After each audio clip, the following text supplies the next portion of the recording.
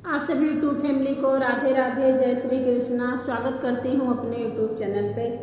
सावन आ गया है, सभी को कजरी बहुत अच्छा लगता है, हमें भी अच्छा लगता है। इसमें नंद भाभी का नोक झोंक है, बहन की बुराई कर रही हैं पति से अपने ननद जी की। गीत को पूरा सुनना, कैसा लगा कमेंट करके बताना। हमारे चैनल को भी अपना प्यारा आशीर्वाद देना। छोटी ननदी कहो तुहरे बहिनी के बोली ना सहाय पिया, हो जाई लड़ाई पिया ना। छोटी ननदी के बात ना सहाय पिया, हो जाई लड़ाई पिया ना।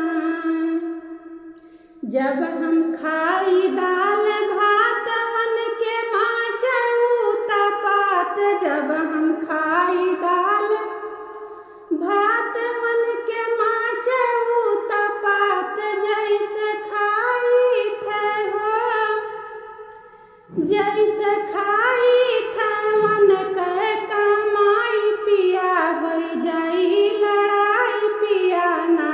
छोटी ननदी के बात ना सहाय पिया, हो जाई लड़ाई पिया ना।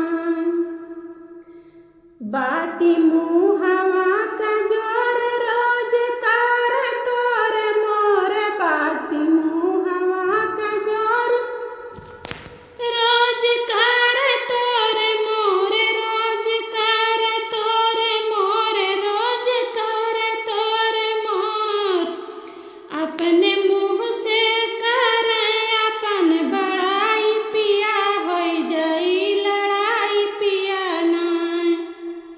तोहरे बहिनी के बात ना सहाय पिया, हो जाई लड़ाई पिया ना, हो जाई